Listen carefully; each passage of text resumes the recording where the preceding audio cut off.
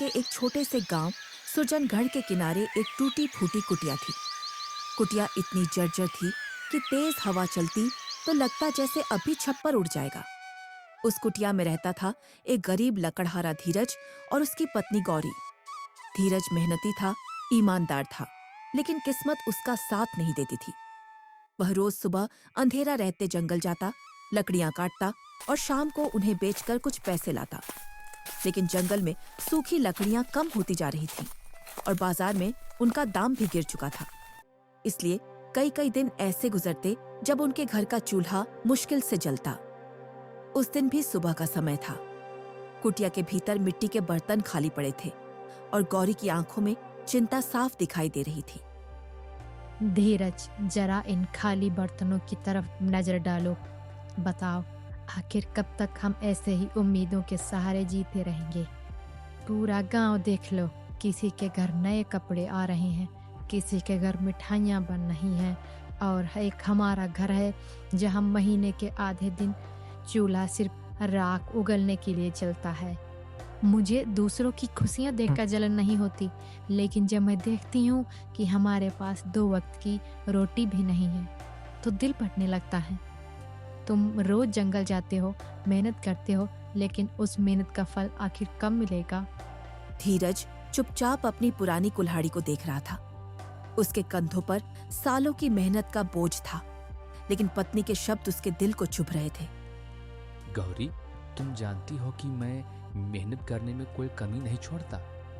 सूरज निकलने से पहले मैं जंगल पहुंच जाता हूं और शाम ढलने के बाद लौटता हूं। लकड़ी काटना ही मेरे बाप दादाओं का काम रहा है। इसी काम से हमारे घर का चूल्हा जलता आया है। मैं मानता हूं कि बुरा वक्त चल रहा है, लेकिन मेहनत कभी बेकार नहीं जाती। एक दिन ऐसा जरूर आएगा जब हमारी किस्मत बदलेगी। किस्मत? धीरज, पिछले 10 सालों से मैं तुम्हारी यही बात सुन रही हूँ।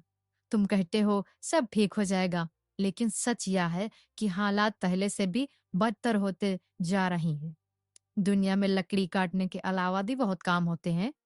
तुम किसी जमींदार के यहाँ मजदूरी क्यों नहीं करते, या शहर जाकर कोई काम क्यों नहीं ढूंढते? तुम्हारी या कुल्हाड़ी या सिर्फ तुम्हारे कंधे तोड़ रही है, और कुछ नहीं। गौरी की आंखों में आंसू थे। वह सचमुच थक चुकी थी। गरीबी इंसान को केवल भूखा ही नहीं रखती, वह उसके सपनों को भी तोड़ देती है। मुझे महल नहीं चाहिए धीरज, मुझे गहने नहीं चाहिए।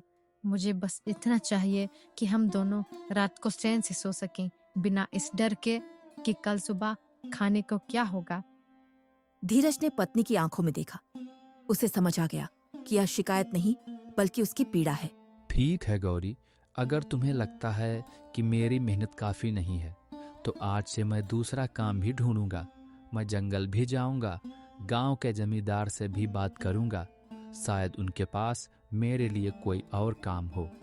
मैं नहीं चाहता कि तुम्हारी आंखों में दुख दिखाई दे। मैं वादा करता हूँ, मैं हार नहीं मानूंगा गौरी। इतना कहकर धीरज अपनी कुल्हाड़ी उठाने ही वाला था कि तभी टुक टुक, दरवाजे पर किसी ने हल्की दस्तक दी। धीरज ने दरवाजा खोला। बाहर एक बूढ़ा साधु खड़ा था। उसकी आंखों में अजीब सी चमक थी। बेटा, क्या इस थके हुए यात्री को थोड़ा सा पानी मिल सकता है? मैं मीलों का सफर तय करके आया हूँ। मेरे कंठ में आग लगी है पुत्र। धीरज तुरंत अंदर गया और पानी का लोटा ले आया। महात्मा जी, मेरे घर में भोजन नहीं है, लेकिन मैं आपको प्यासा नहीं जाने दूंगा।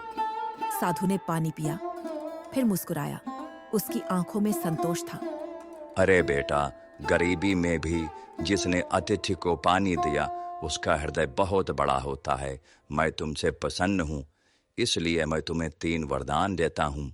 मांगो, क्या मांगते हो? सुरजनगढ़ की उस टूटी कुटिया के सामने खड़ा वह बूढ़ा साधु अब साधारण यात्री नहीं लग रहा था। उसके चेहरे पर एक दिव्य शांति थी और आंखों में ऐसा तेज, मानो वह साधारण मनुष्य न होकर किसी उच्च लोक का ज्ञानी हो।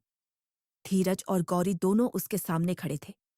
अरे बेटा, दुनिया में बहुत से लोग अमीर होते हैं, लेकिन उनका हृदय गरीब होता है। और बहुत से लोग गरीब होते हैं, लेकिन उनका हृदय इतना विशाल होता है कि देवता भी उनसे प्रसन्न हो जाते हैं। आज तुमने अपने अभाव के बावजूद एक गरीब अजनबी को पानी दिया है। तुमने यह नहीं सोचा कि तुम्हारे पास खुद के लिए कुछ नहीं है और तुम हमें जानते भी नहीं। तुमने केवल मानवता का धर्म निभाया।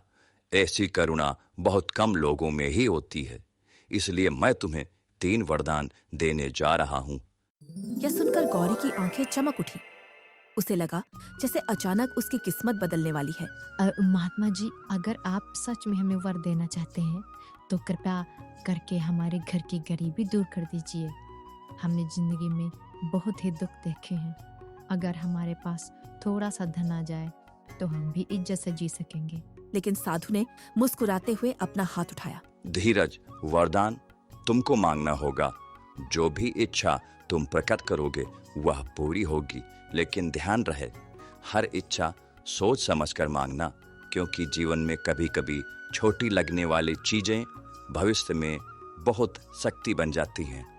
अब सबकी नजरें धीरज पर टिक गई। गौरी को पूरा विश्वास था कि उसका पति सोना, जमीन या महल मांगेगा, लेकिन धीरज कुछ क्षण तक गहरी सोच में डूबा रहा। फिर उसने अपनी पुरानी कुल्हाड़ी को उठाया। महात्मा जी, मैं बचपन से यही कुल्हाड़ी लेकर जंगल जाता आया हूँ। मेरी जिंदगी की हर कहानी इस कुल्हाड़ी से ही जुड़ी है। मेरा पहला वरदान यह है कि जो भी इस कुल्हाड़ी को हाथ लगाए वह मेरी आज्ञा के बिना इसे छोड़ न सके, और अगर वह इसे चलाना शुरू कर दे तो जब तक मैं रुकने को ना कहूँ वह रुक ना पाए। ये सुनकर गौरी का चेहरा उतर गया। उसे विश्वास ही नहीं हुआ कि धीरज ने ऐसा अजीब वरदान मांगा है। धीरज, तुम्हें क्या हो गया है? इतना बड़ा मौका मिला और तुम कुल्हाड़ी के बारे में सोच रहे हो? क्या इस कुल्हाड़ी से हमारे घर में सोना बरस गया? लेकिन साधु ने मुस्कुराते हुए अपना हाथ उठाया। विचित्र मांगा है तुमने, लेकिन वरदान का वचन दिया है तो तथास्तु। अब यह कुल्हाड़ी तुम्हारी आज्ञा की गुलाम होगी। तुम्हारी आज्ञा को ही मानेगी। तुम्हारी आज्ञा के बगैर कोई इसे धर नहीं सकता, कोई इसे कुछ कर नहीं सकता। अब 2 वरदान बाकी थे। धीरज ने कुटिया के कोने में रखी एक पुरानी लकड़ी की कुर्सी की ओर इशारा किया। महात्मा जी, मेरा दूसरा वरदान इस कुर्सी से जुड़ा है। मैं चाहता हूँ कि जो भी इस कुर्सी पर एक बार बैठ जाए वह मेरी अनुमति के बिना उठ ना सके, चाहे वह कितना भी बलवान क्यों न हो। मेरी आज्ञा के बिना उसका उठना असंभव हो जाए। गौरी अब पूरी तरह क्रोधित हो चुकी थी। बस करो धीरज, तुम पागल हो गए हो क्या? तुम्हें सोना मांगना चाहिए था, जमीन मांगनी चाहिए थी, और तुम हो कि कुर्सी और कुल्हाड़ी के पीछे पड़े हुए हो। लेकिन साधु फिर भी शांत था। तथास्तु, यह कुर्सी भी अब तुम्हारी आज्ञा का पालन करेगी। धीरज, अब आखिरी अवसर है। तुम चाहो तो अपनी गरीबी हमेशा के लिए खत्म कर सकते हो। अच्छी तरह सोचकर मांगना इस बार। धीरज ने कुछ क्षण सोचा, फिर उसने अपना पुराना चमड़े का थैला उठाया। महात्मा जी, मेरा तीसरा वरदान इस थैले से जुड़ा है।